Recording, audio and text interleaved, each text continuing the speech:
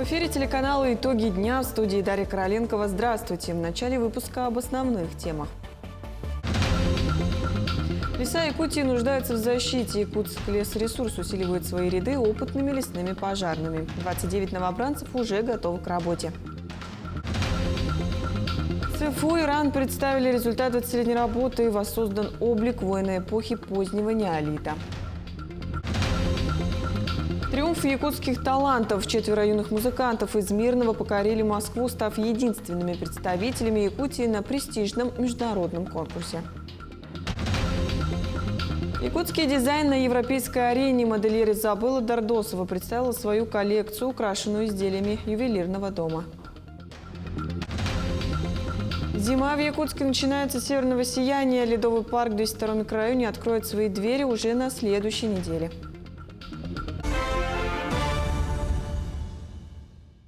Креативные индустрии в России получат дополнительную господдержку. С 5 февраля креативная индустрия официально признана полноправной частью российской экономики.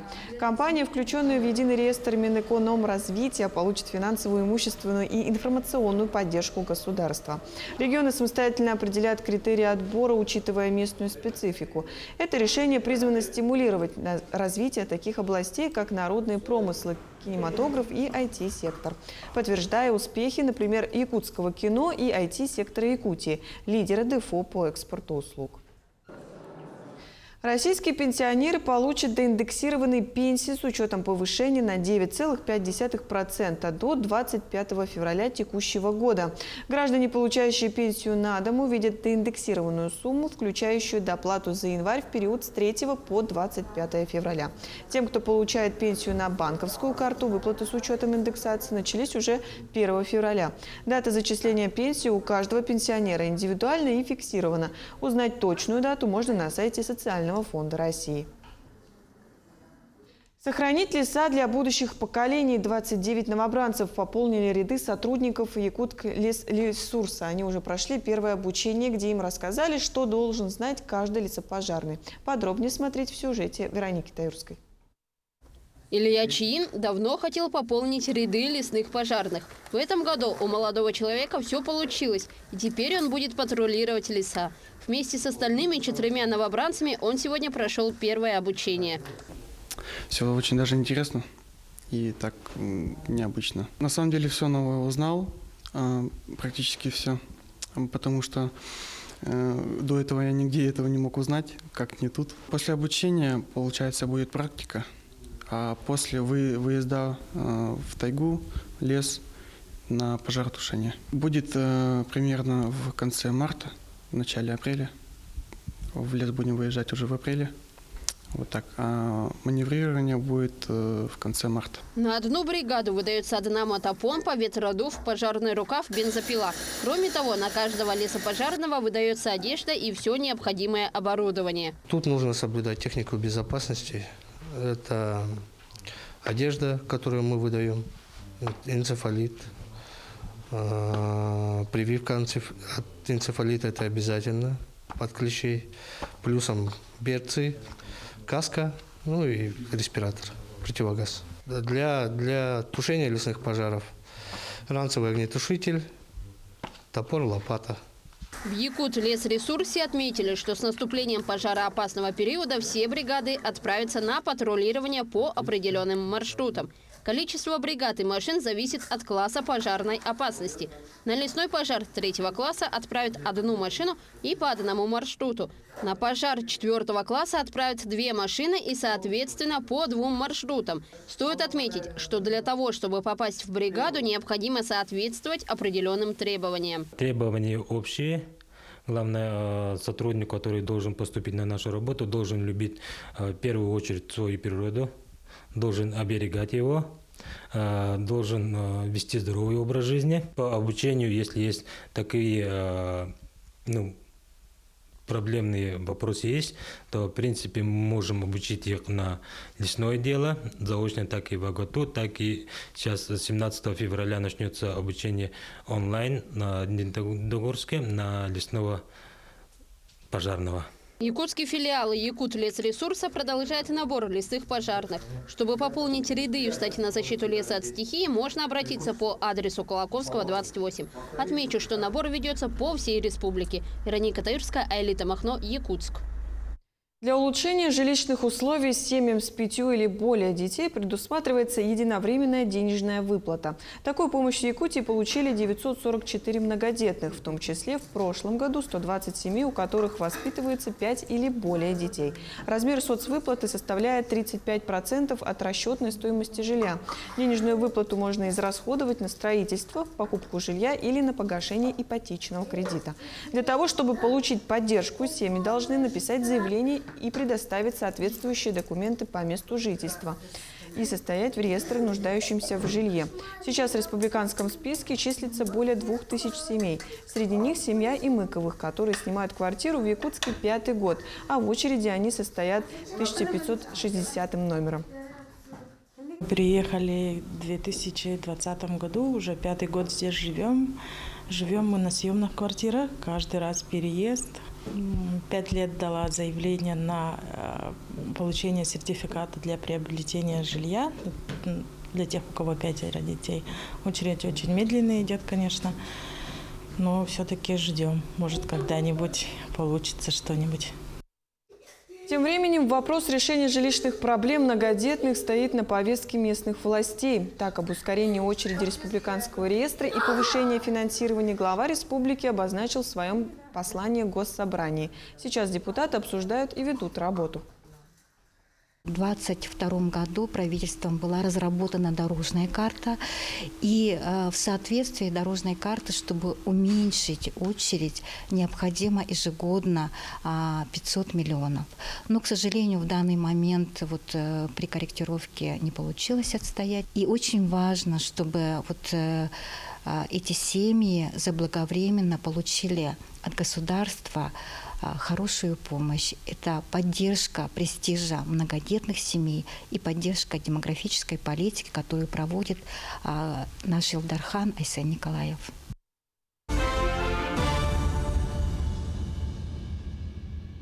За прошлый год Алданский район достиг высоких показателей в социальной сфере. Создана 4-я приемная семья для пожилого человека, а будущие опекуны получают доступ к специальным обучающим курсам. Эти и другие главные новости района смотрите в дайджесте новостей.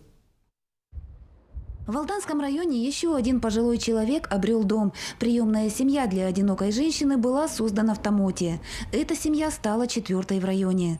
Напомним, ранее опеку над представителями данной категории оформили 2 жителей поселка Ленинского. Одна приемная семья образовалась в селе Хатыстыр. При желании любой гражданин может обратиться, то есть мы рассмотрим для получения, заявление именно для получения дополнительной квоты. Ограничений в этой части нет. В прошлом году список категорий граждан, которые могут проживать с опекунами, был расширен. Сейчас это как пожилые мужчины и женщины, так и люди с ограниченными возможностями здоровья. Такая форма жизнеустройства дает одинокому человеку не только комфорт, но в первую очередь чувство покоя и уверенности. Хорошее дело, конечно. Или там, конечно, все-таки там не дома. Тут я уже как дома давно. Он сам варит, может сварить. И вообще умница, он и огород копает, и садит сам. Работа по образованию приемных семей для пожилых граждан и людей с ограниченными возможностями здоровья продолжается. С прошлого года по линии Управления социальной защиты организуются школы для тех, кто изъявляет желание принять в свой дом одинокого человека. Наряду с социально-бытовыми навыками потенциальные опекуны осваивают основы медицинского ухода. Обучающие курсы проводят соцработники. В их также задачу теперь входит обучение непосредственно и родственников, то есть те, кто у нас находится на обслуживании, основам ухода за гражданами пожилого возраста, то есть именно теми особенностями, с которыми они могут столкнуться. В этой части мы активно работаем с нашими подведомственными учреждениями, которые находятся на территории нашего района, скажем так, по обмену опытом. В целом, по итогам 2024-го в социальной сфере достигнуты высокие показатели по разным направлениям. В канун юбилея Великой Победы на уровне республики и России были утверждены единовременные выплаты для ветеранов. Органами соцзащиты проведена большая работа по начислению выплат как раз к юбилейному году. Да. Это касаемо наших ветеранов Великой Отечественной войны, ветеранов тыла, жителей блокадного Ленинграда, да, и, конечно же, это дети войны. Ветераны тыла у нас получат по 50 тысяч рублей, жители блокадного Ленинграда по 80, дети войны по 5 тысяч рублей. Необходимая работа в этой части уже проведена. То есть и большая часть наших граждан уже выплаты получили. Реализация мер поддержки отдельных категорий граждан продолжается. Объемы государственной помощи возрастают. Так, с 1 января были увеличены размеры республиканского капитала «Семья» и целевого капитала «Дети столетия». Кроме того, теперь региональный капитал может быть предоставлен семье не единожды. Главой республики С.Н. Сергеевичем Николаевым принято очень важное решение, что с 1 января 2025 года все граждане, у кого родился третий ребенок, 4, 5, 6 и последующие дети будут получать данную выплату на каждого ребенка. То есть ранее это было только единожды можно было воспользоваться, да, данной выплатой. Теперь на каждого ребенка после третьего, то есть эта выплата будет предоставляться. Реализуется комплекс мер поддержки для многодетных семей. Детям предоставлено право бесплатного проезда в общественном транспорте. Это относится как к городским, так и к межселенным перевозкам. Некоторые изменения касаются механизма компенсации за жилищно-коммунальные услуги.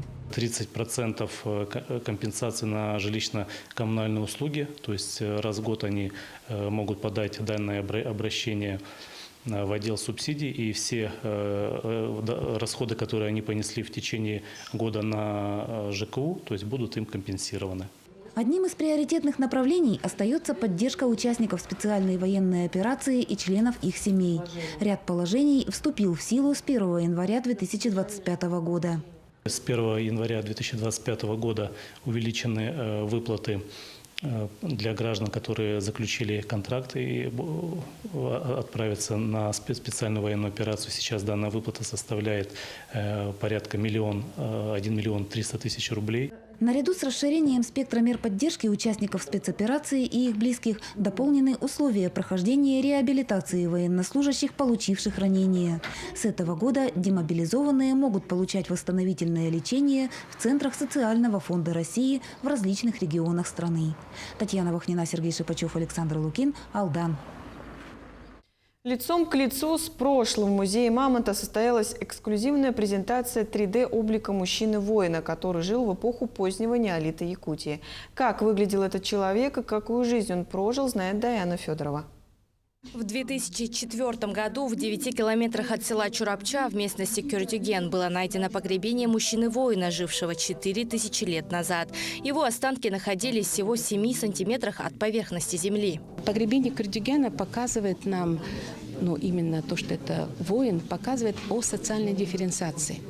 Говорит о том, что здесь уже, вероятнее всего, выделяется слой, наверное, населения, который именно занимается воинским делом. Вместе с останками были найдены оружие, доспехи и щит, которым он с ног до головы был покрыт. На броне, состоящей из более чем 100 пластин, были также обнаружены следы от наконечников стрел. На протяжении 20 лет была проведена кропотливая работа по 3D-оцифровке. Они очень идеально изготовлены. Если вы положите на ровную поверхность, то край этой пластины, он полностью не дает просвет.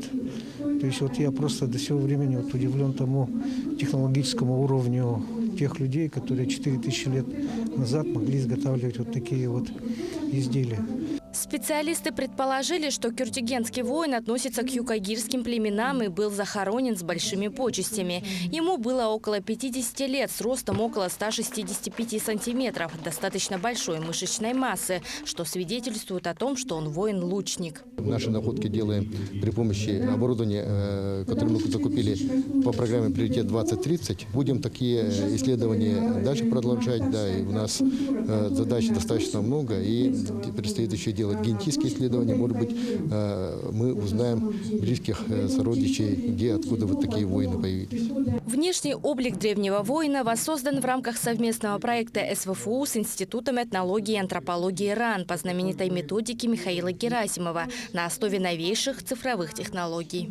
Даяна Федорова, Илья Сремятников, Якутск. 4 юных музыкантов из Мирного стали единственными представителями Якутии на 9-м международном конкурсе «Музыка. Талант. Открытие» в Российской академии музыки имени Гнесиных. Подробнее об их успехах смотрите далее. Учащиеся Мирнинской детской школы искусств по-настоящему раскрыли свой потенциал и покорили новую вершину в творчестве. Они стали единственными представителями республики на популярном международном конкурсе. Мы были на конкурсе открытия музыки талантов. Играли мы на гитаре. Было очень множество других инструментов, например, арфа, фортепиано, был хор. И бывало то, что кто-то играл ансамблем, вот с гитарой или с другими инструментами. Меня вдохновил отец, ведь он тоже занимался на гитаре, и это было очень круто. Я тоже захотел пойти на гитару, и вот как с 1 класса по 4 я нахожусь в стенах. Когда мне сказали, что я лауреат 2-й степени в международном конкурсе, я очень обрадовался.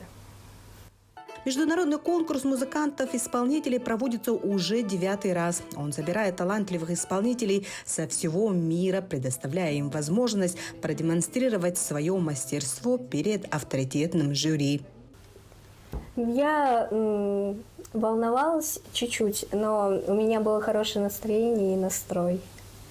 И мне поездка понравилась, я очень рада своему результату. Я перед выступлением, конечно, волновалась чуть больше, чем Майя, но меня она подбадривала именно Майя. И Надя Викторовна тоже.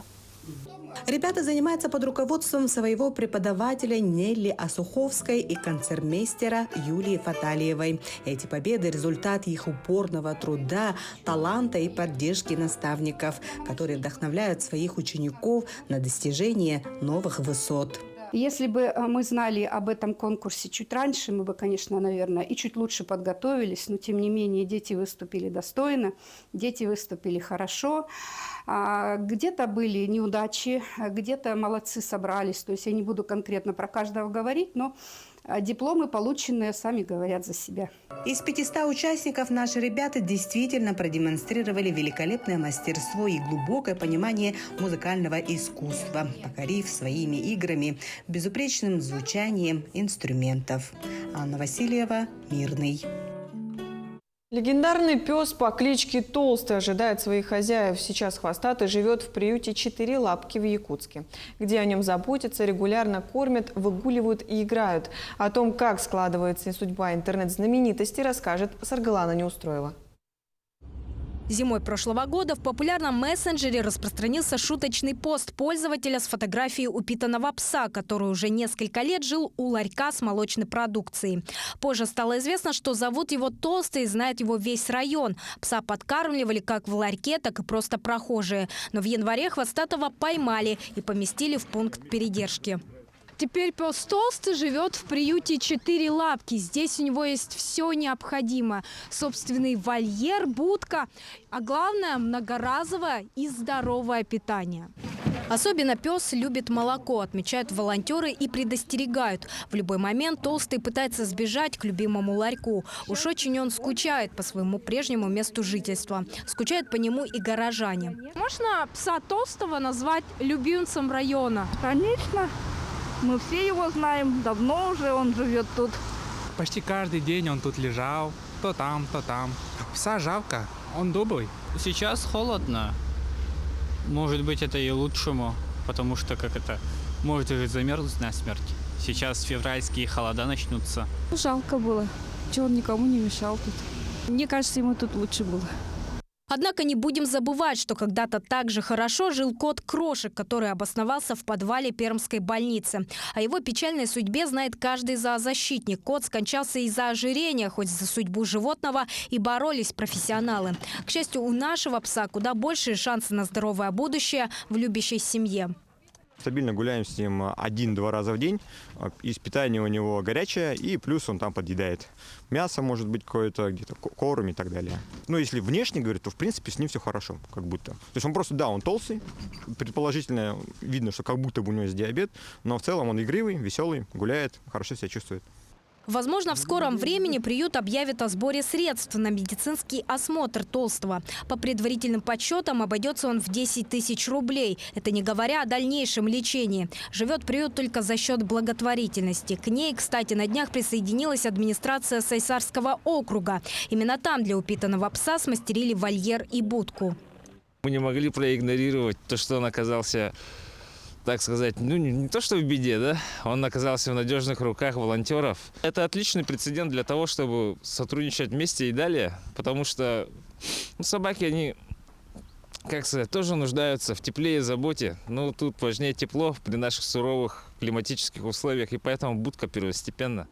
На попечении у четырехлапок не только один пес, но и многие другие собаки и кошки. А главной своей задачей волонтеры считают их пристрой в надежные руки. Для этого не так давно в работу был запущен сайт freezingpets.com, зайдя на который можно в режиме онлайн наблюдать за жизнью хвостатых и, может быть, подобрать себе верного компаньона. Сарглана Неустроева, Семен Семенов, Якутск. Якутские украшения и наряды на европейском подиуме. На неделе средиземноморской моды в испанской Валенсии состоялся показ коллекции нашей землячки, модельера Изабеллы Дардосовой. Публика увидела 20 образов, и каждый из них дополняли традиционные украшения народа Саха от якутской ювелирной компании.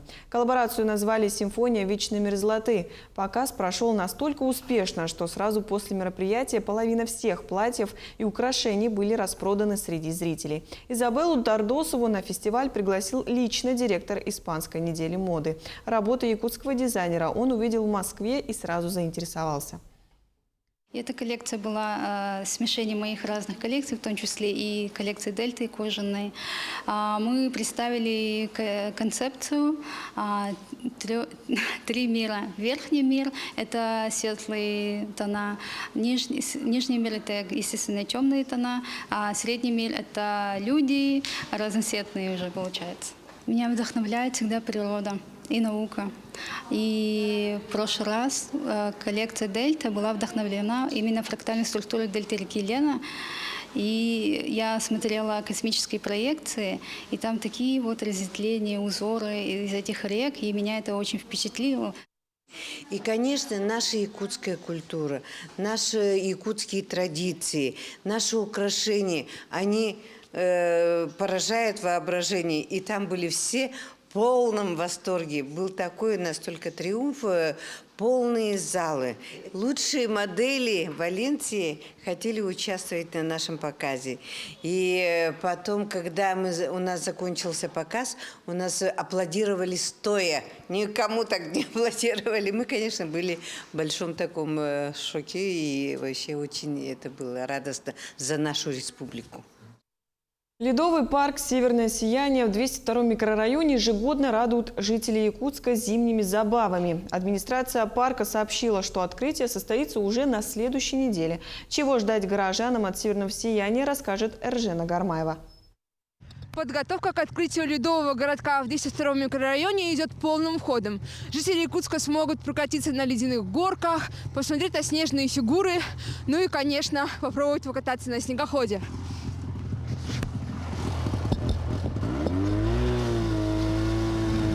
Работы по подготовке ледового парка начались еще в начале зимы. Здесь возведены большая ледовая арена, разные горки. Как небольшие для самых маленьких посетителей, так и длинная 200-метровая для гостей постарше. Ледянки, тюбинки и коньки можно будет принести свои и взять на прокат. Почти все сделано, горки построены, вот, территория чистится, скульптура тоже сделана все. Всю зиму у нас работало где-то человек 30, наверное. Вот. И техника у нас один погрузчик есть и мини-трактор один. Лед доставали вот снегоходами. Цены у нас на взрослые билеты 600 рублей будет, а детские по 400. И будут скидки на многодетных, ну, льготные будут. Семьям СВО, СВОшникам самим, пенсионерам, инвалидам. На территории парка уже располагаются снежные и ледяные скульптуры, сделанные в ходе конкурса «Бриллианты Якутии». Над их созданием трудились мастера не только из Якутии, но и из Китая и Монголии, Приморского и Хабаровского краев. Сейчас в парке работает художник Ян Стрекаловский, за плечами которого 30-летний опыт в изготовлении скульптур. Каждая работа все равно нам очень дорого стоит. Потому что это зима, холод, и чтобы людям хорошо было, ты уже днем и ночью работаешь. Молодежь очень хорошо работает, их работа очень тонкие, очень много там философии. И самое главное, что это там есть наша традиция, национальная культура, эпос, олонко, все. Последние месяцы в Якутске выдались по-особенному теплыми. И погода, судя по прогнозам синоптиков, и дальше будет баловать нас. Это значит, что якутяне могут сполна насладиться зимними развлечениями. Почувствуйте дух зимы в Ледовом парке, открытие которого планируется 14 февраля. Эржена Гармаева, Илья Сыромятников, Якутск. Таким уходящий день увидели наши корреспонденты. Мы продолжим следить за развитием событий. Оставайтесь с нами.